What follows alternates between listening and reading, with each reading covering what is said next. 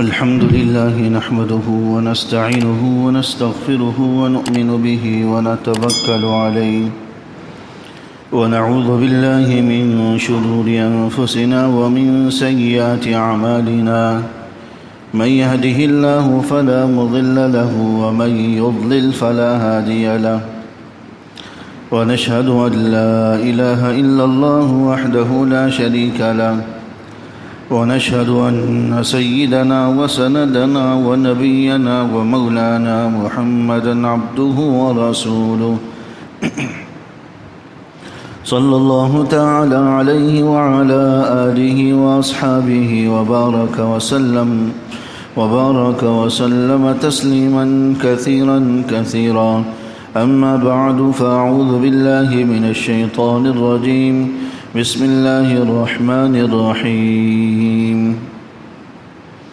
لقد كان لكم في رسول الله أسوة حسنة لمن كان يرجو الله واليوم الآخر صدق الله العظيم وصدق رسوله النبي الكريم ونحن على ذلك لمن الشاهدين والشاكرين والحمد لله رب العالمین۔ میرے قابل احترام بزرگوں محترم سامعین، ربیع الاول کا یہ مہینہ چل رہا ہے۔ ربیع الاول کا یہ مہینہ سرکار دو عالم صلی اللہ علیہ وسلم کی دنیا میں آمد اور رحلت کے حوالے سے جانا جاتا ہے کہ اسی مہینے کے اندر حضور علیہ السلام دنیا میں تشریف لائے، ولادت با سعادت کا واقعہ ہوا، اور یہی وہ مہینہ ہے جس میں حضور علیہ السلام دنیا سے رحلت فرما گئے، پردہ فرما گئے۔ ربیع الاول کا جب مہینہ شروع ہوتا ہے تو جگہ جگہ آپ کو حضور علیہ السلام کی عشق و محبت میں اور اس کا دعویٰ کرتے ہوئے طرح طرح کی مجالس، تقریبات، جلسے جلوس اور طرح طرح کی لائٹیں، سجاوٹ جگہ جگہ آپ کو نظر آ رہی ہوگی۔ اس بات میں کوئی شک و شبہ نہیں ہے کہ حضور علیہ السلام کی دنیا میں تشریف لانے کا جو واقعہ ہے وہ ہم سب کے لیے تمام دنوں کے مقابلے میں سب سے زیادہ خوشی اور مسرت کا دن ہے، ایک انقلابی دن ہے، خوشی اور مسرت کا دن ہے، اس میں کوئی شک و شبہ نہیں۔ ہمیں اپنے والدین، اپنے محبوب لوگوں، اپنے اعزاء اقربا کی آمد سے بھی زیادہ حضور علیہ السلام کی دنیا میں آمد محبوب اور پسندیدہ ہے، عزیز۔ تو اس بات میں تو کوئی شک و شبہ نہیں کہ حضور علیہ السلام کا دنیا میں تشریف لانا سب کے لیے خوشی اور مسرت کا باعث ہے۔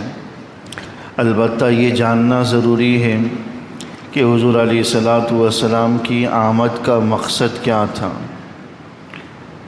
آیا جس مقصد کے لیے حضور علیہ السلام کی آمد ہوئی تھی، جس پیغام کو لے کر حضور علیہ السلام دنیا میں تشریف لائے، جس پیغام کو دے کر اللہ نے حضور علیہ السلام کو دنیا میں بھیجا تھا، جو پیغام آپ نے اپنی امت کو دیا، حضرات صحابہ رضوان اللہ تعالی علیہم اجمعین کے توسط سے، اس پیغام پر ہم نے کتنا عمل کیا؟ حضور کی بعثت جن مقاصد پر ہوئی، ان مقاصد پر ہم نے کتنا عمل کیا، کتنا اس کے مطابق ہم نے زندگی گزاری، اپنے معاملات کو اس کے مطابق بنایا، یہ اصل چیز۔ اللہ جل شانہ نے قرآن کریم کے اندر حضور علیہ الصلوۃ والسلام کو آپ کی حیات طیبہ کو اسوہ حسنہ فرمایا۔ لقد کان لکم فی رسول اللہ اسوۃ حسنہ، کہ تمہارے لیے تمہارے رسول کی زندگی میں اللہ نے بہترین نمونہ رکھا ہے۔ نمونہ، سیمپل، یہ کیا ہوتا ہے؟ اس کو ایک مثال سے سمجھ لیجئے۔ ایک آدمی درزی کے پاس جائے اور درزی سے وہ اپنا لباس سلوانا چاہتا ہے، قمیص شلوار سلوانا چاہتا ہے۔ درزی کو کہے کہ یہ جو میں نے قمیص پہنی ہوئی ہے یہ میری سب سے پسندیدہ قمیص ہے، آپ نے اس سوٹ کو اس قمیص کے مطابق بنانا ہے، اس کی لمبائی بھی اتنی ہی ہو، اس کی چوڑائی بھی اتنی ہو، اس کے آستین بھی اتنے ہوں، کندھے بھی اتنے ہوں، چونکہ یہ مجھے سب سے زیادہ محبوب اور پسندیدہ میری قمیص، فٹنگ بھی اس کی اچھی، سلائی بھی اس کی اچھی، ڈیزائن بھی اس کا بہترین ہے۔ مجھے جو آپ نے قمیص بنانی ہے من وعن ایسی بنانی ہے، اس کے مطابق بنانی، لمبائی بھی اتنی رکھیں، چوڑائی بھی اتنی رکھیں، ڈیزائن بھی ایسے ہی رکھیں، آستین، کندھے سب اس کے مطابق آپ نے بنانا ہے، چونکہ یہ مجھے سب سے زیادہ محبوب اور پسند ہے۔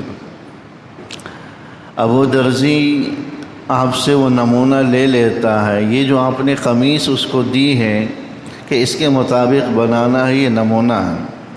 اب وہ لے لیتا ہے، لیکن لینے کے بعد وہ اپنا دماغ چلاتا ہے، وہ کہتا ہے کہ یار اس کی لمبائی کچھ زیادہ ہے، میں تھوڑی سی کم کر دیتا ہوں، مجھے لگتا ہے کہ ان پر یہ لمبائی کچھ زیادہ ہی لگ رہی ہے، چوڑائی اس کی کم ہونی چاہیے، لمبائی کچھ کم ہونی چاہیے۔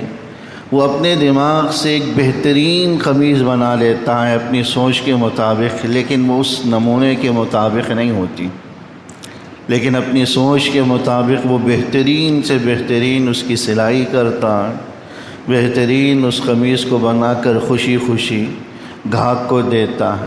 گاہک جب دیکھتا ہے کہ اس کی لمبائی چوڑائی تو اس کی پسندیدہ قمیص کے مطابق نہیں ہے، ٹھیک ہے وہ اپنی جگہ اس نے بڑی خوبصورت اس کی سلائی کی ہے، بڑا اچھا اس کا ڈیزائن بنا ہے، لیکن اس کی پسندیدہ قمیص کے مطابق نہیں ہے، تو گاہک درزی سے الجھے گا کہ تم نے تو میرے قیمتی لباس کا ستیہ ناش کر دیا، یہ کیا کر دیا؟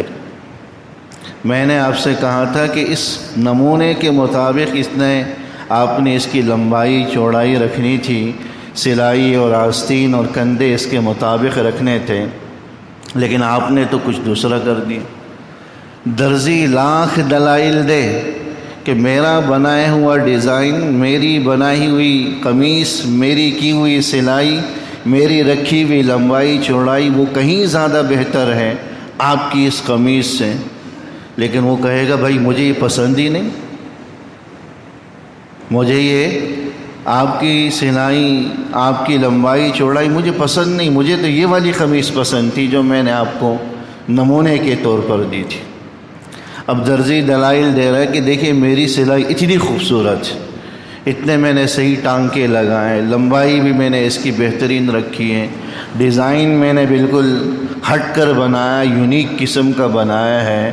اب جھگڑا شروع ہو جائے گا، وہ کہے گا نہیں مجھے یہ پسند نہیں ہے، آپ نے تو میرا کپڑا ستیہ ناش کر دیا، خراب کر دیا۔ 10 لوگ جمع ہو جائیں گے، درزی اپنی سلائی اور اپنی قمیص کی خوبیاں گنوائے گا، لیکن گاہک کہے گا کہ نہیں آپ نے میرے نمونے کے مطابق نہیں بنایا، میں نے جو سیمپل آپ کو دیا تھا۔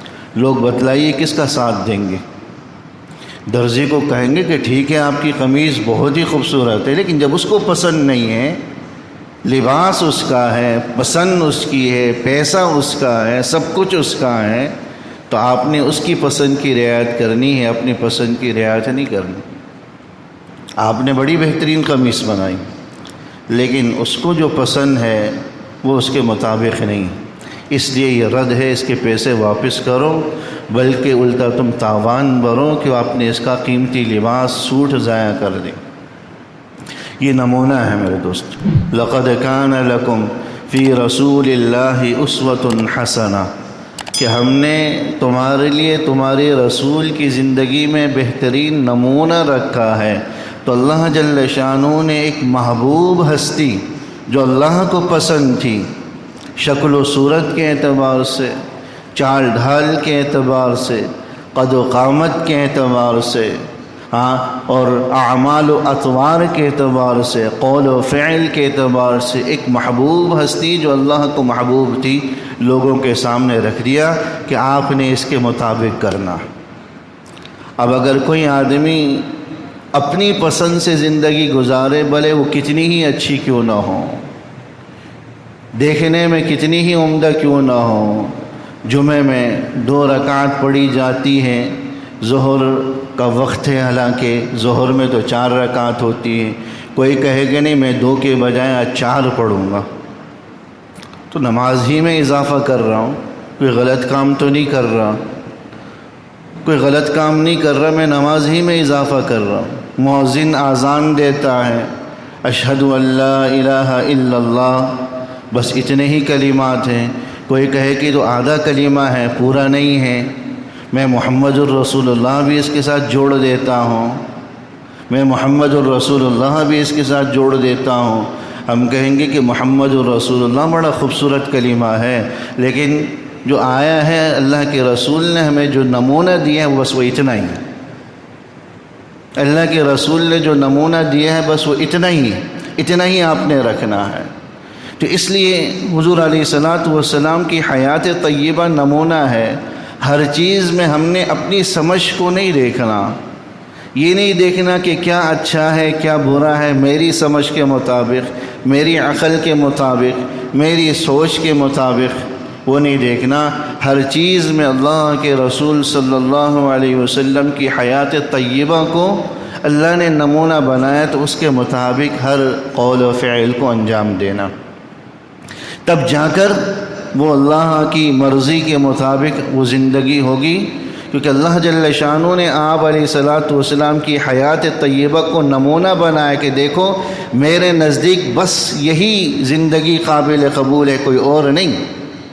آپ اپنی سوچ کے مطابق اپنی زندگی کتنی ہی خوبصورت کیوں نہ کر لیں، اپنی سوچ کے مطابق کتنے اچھے اعمال کیوں نہ کر لیں، اذان جتنی ثابت ہے اتنی ہی کریں. اس سے پہلے اعوذ باللہ بسم اللہ کوئی اذان سے پہلے شروع کر دیں کہ نہیں بھائی اذان جب ہو رہی تو چلو اعوذ باللہ بھی پڑھ لیں، بسم اللہ بھی پڑھ لیں. ہر کام کا آغاز بسم اللہ سے کرنا چاہیے، حدیث میں آیا ہے، لہذا اذان کا آغاز بھی ہم بسم اللہ اور اعوذ باللہ سے کریں. ہم کہیں گے نہیں، حضور علیہ الصلاۃ والسلام نے جو ہمیں نمونہ دیا تھا وہ بغیر بسم اللہ کے تھا، بغیر اعوذ باللہ کے تھا. آپ یہ اذان میں اضافہ اگرچہ آپ اپنی سوچ کے مطابق بہت بہترین کر رہے ہیں، لیکن یہ حضور کے نمونے کے مطابق نہیں ہے، اس لیے اللہ کو پسند نہیں آئے گا وہ، کیونکہ حضور کے نمونے کے مطابق نہیں، حضور کے بتلائے ہوئے طریقے کے مطابق نہیں ہے، حضور کے بتلائے ہوئے سنت کے مطابق نہیں ہے. اس لیے وہ اللہ کی نگاہ میں مقبول نہیں ہوگا، مردود ہوگا، اللہ اس پر ناراض ہو. اس لیے اپنی پوری زندگی کے اندر، بلکہ جو نیک اعمال ہم کر رہے ہیں ان میں بھی ہم نے اسی کو دیکھنا ہے کہ حضور علیہ الصلاۃ والسلام کی حیات طیبہ سے کتنا ثابت ہے، بس وہ کرنا ہے. یہ نہیں دیکھنا کہ مجھے کیا اچھا لگ رہا، یہ جلسے جلوس، یہ تقریبات، یہ سجاوٹ کیا حضور علیہ الصلاۃ والسلام کے زمانے میں تھی؟ حضور علیہ الصلاۃ والسلام کی حیات طیبہ ہمارے لیے ایک نمونہ ہے. حضرات صحابہ رضوان اللہ تعالی علیہم اجمعین کے زمانے میں تھی، ان کی حیات طیبہ، ان کی زندگیاں بھی ہمارے لیے نمونہ ہے. کیونکہ حضور فرما گئے علیکم بسنتی وسنتی الخلفاء الراشدین المہدیین، کہ تم پر میری سنت کی اتباع لازم ہے، میرے خلفاء، میرے نائبین کی طریقوں کی اتباع لازم. کیا ان کی زندگیوں میں یہ چیزیں موجود تھیں؟ اگر اس کے مطابق اگر ہم کر رہے ہیں تو یقیناً اللہ کے بتلائے ہوئے اسوہ، نمونہ اور سیمپل کے مطابق کر رہے ہیں. اگر اس کے خلاف کر رہے ہیں تو لاکھ خوبصورت کیوں نہ ہو، کتنا ہی وہ حسین عمل کیوں نہ ہو، وہ اللہ کو محبوب اور پسندیدہ نہیں ہوگا. وہ اللہ کو محبوب اور پسندیدہ نہیں ہوگا، نہیں اللہ کی نگاہ میں وہ عمل آپ کا قیمتی بنے گا جب تک کہ حضور علیہ الصلاۃ والسلام جو ہمارے لیے اللہ نے ایک اسوہ نمونہ بنایا ہے اس کے مطابق نہیں ہوگا۔ تو اس لیے اسوہ کا مطلب یہ ہوتا ہے کہ اپنے تمام قول و فعل کے اندر، ہر عمل کے اندر ہم حضور علیہ الصلاۃ والسلام کی حیات طیبہ کا لحاظ کریں، اس کے مطابق زندگی گزاریں۔ حضرت عبداللہ ابن عمر رضی اللہ تعالی عنہما موجود تھے۔ ایک آدمی کو اتفاق سے چھینک آ گئی۔ چھینک آنے پر سنت یہ ہے اللہ کے نبی صلی اللہ علیہ وسلم کی کہ چھینکنے والا الحمدللہ کا ہے، سننے والا اس کی الحمدللہ کو سنے وہ یرحمک اللہ کا ہے، یرحمک اللہ کے جواب میں دوبارہ چھینکنے والا یہدیکم اللہ ویصلح بالکم کا ہے۔ لیکن جس آدمی نے چھینکا تھا انہوں نے اس کے بجائے الصلاۃ والسلام علی رسول اللہ پڑھ لی، درود شریف پڑھ لیا چھینکنے پر۔ تو اس پر حضرت عبداللہ ابن عمر رضی اللہ تعالیٰ عنہما، جن کی اتباع سنت کے واقعات بڑے مشہور ہیں کتابوں کے اندر، فرمانے لگے کہ ہم بھی درود پڑھتے، ہم بھی حضور علیہ الصلاۃ والسلام پر صلاۃ و سلام پڑھتے ہیں، لیکن چھینکنے کے وقت الحمدللہ کے بجائے السلام علی رسول اللہ یہ ہمیں حضور نے نہیں سکھلایا، ہمیں تو الحمدللہ کہنا سکھلایا۔ ہاکذا علمنا رسول اللہ صلی اللہ علیہ وسلم، ہمیں چھینکنے پر الحمدللہ کہنا حضور نے سکھلایا ہے۔ لہذا آپ کا صلاۃ و سلام پڑھنا اپنی جگہ خوبصورت اور حسین ہے، ہم بھی پڑھتے ہیں الحمدللہ، لیکن اس موقع پر اللہ کے نبی صلی اللہ علیہ وسلم سے یہ پڑھنا ثابت نہیں۔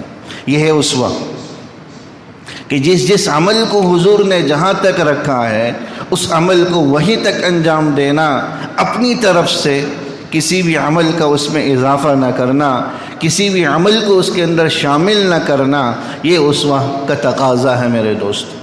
حضور علیہ الصلاۃ والسلام کی آمد مبارک کا مقصد بھی حضور علیہ الصلاۃ والسلام کی حیات طیبہ کا، آپ کے قول و فعل کا اتباع۔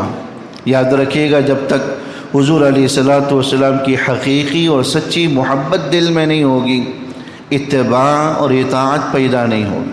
محبت سے ہی اطاعت پیدا ہوتی، محبت سے ہی اطاعت پیدا ہوتی ہے۔ دنیا کے اندر جب کوئی کسی کو پسند کرتا ہے، کوئی کسی کرکٹر کو، کسی اداکار کو پسند کرتا ہے، اللہ بچائے، تو اس کے مطابق اپنے بال، اپنا لباس، اپنی شکل و صورت بنانے کی کوشش کرتا ہے۔ جس آدمی کو اللہ کے رسول سے محبت ہوگی وہ یقیناً حضور علیہ الصلاۃ والسلام کی قول و فعل، آپ کی صورت و سیرت کو اختیار کرے۔ تو آپ سے آپ کی محبت کا پتہ ہمارے اپنے اعمال سے چلتا ہے، ہماری شکل و صورت سے چلتا، ہمارے قول و فعل سے چلتا کہ ہمارے اندر کتنی حضور علیہ الصلاۃ والسلام کی محبت ہے۔ کیا خالی خولی دعویٰ ہے کہ واقعتاً محبت بھی موجود ہے؟ واقعتاً محبت بھی موجود ہے۔ اگر محبت ہے تو یہ دیکھنا پڑے گا کہ آپ کی صورت و سیرت میں کتنی حضور علیہ الصلاۃ والسلام کی اتباع اور اطاعت۔ اگر حضور علیہ الصلاۃ والسلام کی اتباع اور اطاعت ہے تو یقیناً محبت ہے، اگر اتباع اور اطاعت نہیں ہے تو محبت نہیں۔ یہ خالی دعوے ہیں، حقیقت کچھ نہیں ہے اس میں۔ ہمارے بزرگوں سے تو ایسے ایسے واقعات منقول ہیں، حضرات صحابہ کے واقعات تو کہیں بڑے ہیں جنہوں نے اپنی جان مال سب کچھ قربان کر دیا۔ ایک صحابی حضرت ربیعہ ابن کعب رضی اللہ تعالیٰ عنہ حضور علیہ الصلاۃ والسلام کے خادم خاص ہوا کرتے تھے، خدمت میں ہوتے تھے، سفر حضر میں رات کو بیدار ہوتے، پانی پیش کرتے حضور علیہ السلام کی خدمت میں۔ ایک دفعہ حضور علیہ الصلاۃ والسلام ان کی خدمت سے اتنے خوش ہوئے، فرمایا کہ ربیعہ مانگ کیا مانگتا ہے؟ حضور علیہ الصلاۃ والسلام کی زبان مبارک سے نکلے ہوئے کلمات کہ مانگ تو کیا مانگتا ہے ربیعہ؟ جو مانگے گا تجھے عطا کیا جائے۔ ہم میں سے کوئی ہوتا تو شاید کہہ دیتا کہ اللہ کے نبی ہمیں تو اتنی دولت چاہیے، اتنے پیسے چاہیے، یہ چاہیے، یہ چاہیے۔ حضرت ربیعہ فرمانے لگے کہ اللہ کے رسول صلی اللہ علیہ وسلم مجھے کل قیامت والے دن بس آپ کا ساتھ چاہیے اور کچھ نہیں چاہیے۔ مرافقتک یا رسول اللہ کے رسول مجھے قیامت والے دن آپ کا ساتھ چاہیے اور کچھ نہیں چاہیے۔ اس پر حضور نے فرمایا کہ اس کے علاوہ اور کچھ مانگنا چاہتا ہے تو اور مانگ لے۔ حضور علیہ الصلوۃ والسلام جوش میں تھے، فرمایا کہ اور مانگ لے جو مانگنا چاہتا ہے۔ تو پھر فرمایا کہ مرافقت تک یا رسول اللہ، مجھے اس کے علاوہ کچھ نہیں چاہیے کہ کل قیامت والے دن آپ کا ساتھ مجھے مل جائے۔ اس پر حضور علیہ الصلوۃ والسلام نے فرمایا کہ فَأَعِنْ عَلَىٰ ذَلِكَ بِكَثْرَةِ السُّجُودِ، تو کثرت سجود کے ذریعے تم اس معاملے میں مدد حاصل کرو، یعنی نمازوں کے ذریعے، عبادت کے ذریعے، اطاعت کے ذریعے تم اس معاملے میں مدد حاصل کرو، کل قیامت والے دن حضور کی معیت اور مرافقت تمہیں میسر آئے۔ تو اصل چیز حضور علیہ الصلوۃ والسلام کی محبت ہے میرے دوستوں، جو دعووں سے حاصل نہیں ہوتی، عمل سے ہی حاصل ہوتی ہے۔ عمل سے ہی اس کا پتہ چلتا ہے کہ کتنا حضور علیہ الصلوۃ والسلام کی تعلیمات ہمارے عمل میں ہیں، ہماری زندگیوں میں۔ حضور علیہ الصلوۃ والسلام نے ایک حدیث مبارک کے اندر فرمایا کہ جو آدمی من احبنی اکرمہ اللہ باربع خصال، کہ جو آدمی مجھ سے محبت رکھتا ہے، اللہ جل شانہ 4 عادتوں اور 4 صفات کے ذریعے اس کا اکرام کرتا ہے، 4 نعمتیں اللہ اس کو عطا فرماتا ہے۔ جو حضور علیہ الصلوۃ والسلام کی محبت اپنے دل میں رکھتا ہے، جو حضور علیہ الصلوۃ والسلام کی محبت اپنے دل میں رکھے، اللہ جل شانہ 4 خصال، 4 عادتوں کے ذریعے اس کا اکرام و اعزاز فرماتے ہیں۔ المحبت فی قلوب البررہ، اللہ نیک لوگوں کے دلوں میں اس کی محبت ڈال دیتے۔ نیک لوگوں کے دلوں میں، اللہ والوں کے دلوں میں، ایمان والوں کے دلوں میں بھی اگر جگہ بنانی ہے تو اس کا بھی جو راز ہے وہ حضور علیہ الصلوۃ والسلام کی اتباع میں پوشیدہ۔ آج ہم کہتے ہیں نا کہ ہمارے معاملات ہمارے مالکان کے ساتھ درست نہیں ہیں، ہمارے معاملات ہمارے گھر والوں کے ساتھ درست نہیں ہیں، ہمارے معاملات ہمارے ماتحتوں کے ساتھ درست نہیں ہیں۔ ایک حدیث مبارک کے اندر حضور علیہ الصلوۃ والسلام نے فرمایا کہ من اصلح ما بینہ وبین اللہ اصلح ما بینہ وبین العباد، جو بندہ اپنا اور اپنے رب کا معاملہ درست کر لیتا ہے، اللہ خود اس کا بندوں کا معاملہ درست کر دیتے۔ تو جاتا ہے کہ میرا معاملہ بندوں کے ساتھ درست رہے، لوگ میرے حقوق ادا کریں، آپ اپنے رب کے حقوق ادا کریں، اپنا معاملہ اپنے رب کے ساتھ درست کریں۔ تو جو اس تعلق کو درست کر لیتا ہے اپنے رب کے ساتھ، اپنے تعلق کو درست کر لیتا، اللہ سارے بندوں کے ساتھ اس کا تعلق اور معاملہ درست کر دیتے۔ یہ بگاڑ آتا ہی اسی وجہ سے، بگاڑ آتا ہی اسی وجہ سے کہ ہمارے رب کے ساتھ تعلق کمزور ہوتا ہے۔ تو پہلا ثمرہ المحبت فی قلوب البررہ والہیبۃ فی قلوب الفجرہ، دوسرا ثمرہ حب رسول اور اطاعت رسول کا، اللہ فاسقوں فاجروں کے دلوں میں اس کا رعب اور دبدبہ قائم کر دیتے، جو آج کافروں مشرکوں کے دلوں میں نہیں ہے۔ اس لیے نہیں ہے کہ محبت رسول صحیح معنوں میں نہیں ہے، صرف دعووں میں ہٹ کر رہ گئی ہے، صرف سجاوٹ میں محدود ہو کر رہ گئی۔ اور تیسرا جو فائدہ بیان کیا گیا ہے حب رسول کا، وسعت فی الرزق، اللہ رزق میں اضافہ کر دیتے۔ اور چوتھا فائدہ مختصراً عرض کر دوں، والثقۃ فی الدین، اللہ جل شانہ دین کے اندر اعتماد کو، پختگی اور رسوخ کو پیدا کر دیتے ہیں۔ یہ اطاعت رسول کے 4 ثمرات ہیں، جس آدمی کی زندگی میں ہوں اللہ یہ عادتیں اور یہ خصلتیں اس کے اندر پیدا فرما دیتا ہے۔ اللہ جل شانہ کہنے سننے سے زیادہ